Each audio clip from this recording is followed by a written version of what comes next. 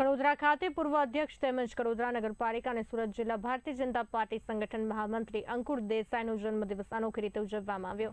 એક જન્મ 100 સપના સંકલ્પ સાથે સમાજના વિવિધ વર્ગોને લાભ મળે તેવા કાર્યક્રમો યોજાયા। દિવસની શરૂઆત અકળામુખી હનુમાનજી મંદિર ખાતે દર્શનથી થઈ।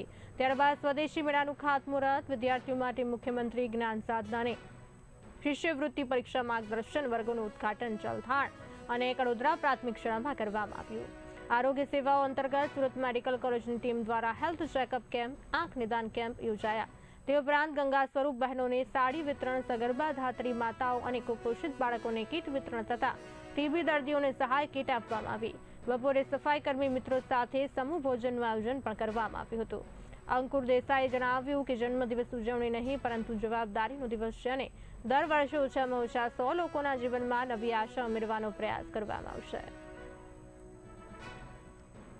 મારું નામ હિમાની બારોટ છે। હું મૂળ દસ્તાન ગામની છું। આજે અંકુરભાઈના જન્મદિવસ નિમિત્તે મને ચલથાણ અને કડોદરા સ્કૂલમાં આવી રીતે નવી કોમ્પિટિટિવ એક્ઝામની તૈયારી કરવાનું કીધું છે। એમાં હવે એક એક્ઝામ છે જ્ઞાન સાધના એક્ઝામ।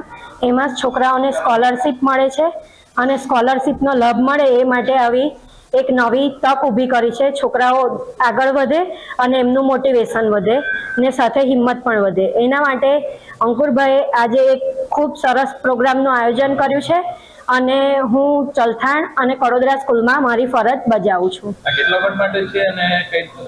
આ હમણાં જ્ઞાન સાધના એક્ઝામ છે, એ હમણાં 1.5 મહિના માટે છે। ત્યાર પછી બધી નવી એક્ઝામ આવતી જ રહે છે 5મા ધોરણ અને 8મા ધોરણ માટે।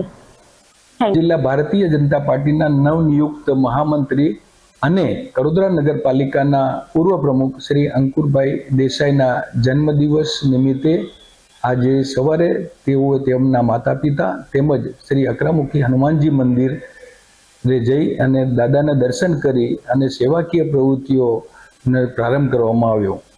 એમણે એક સંકલ્પ લીધો, એક જન્મ 100 સપના। સેવાકીય પ્રવૃત્તિઓ લોકોને મળી રહે અને લોકો સુધી પહોંચી શકાય એવી સેવાકીય પ્રવૃત્તિ હાથ ધરવા માટેના દ્રઢ સંકલ્પ સાથે તેઓ આજના દિવસની શરૂઆત કરવામાં આવી। અકળામુખી હનુમાનજી મંદિર ખાતે કુશળ કારીગરોને અને નાના માણસોને તેમજ સ્વદેશી વસ્તુઓને પ્રોત્સાહન કરવા માટે સ્વદેશી મેળાનું આયોજન માટેના ખાતમુહૂર્ત કરવામાં આવ્યું। ત્યારબાદ શ્રી ચંચળેશ્વર મહાદેવ મંદિર ચલથાણ ખાતે મહાદેવજીના દર્શન કરી અને ત્યારબાદ પ્રાથમિક શાળા ચલથાણ ખાતે મુખ્યમંત્રી જ્ઞાન સાધના શિષ્યવૃત્તિ તાલીમ વર્ગનું પણ શુભારંભ કરવામાં આવ્યું।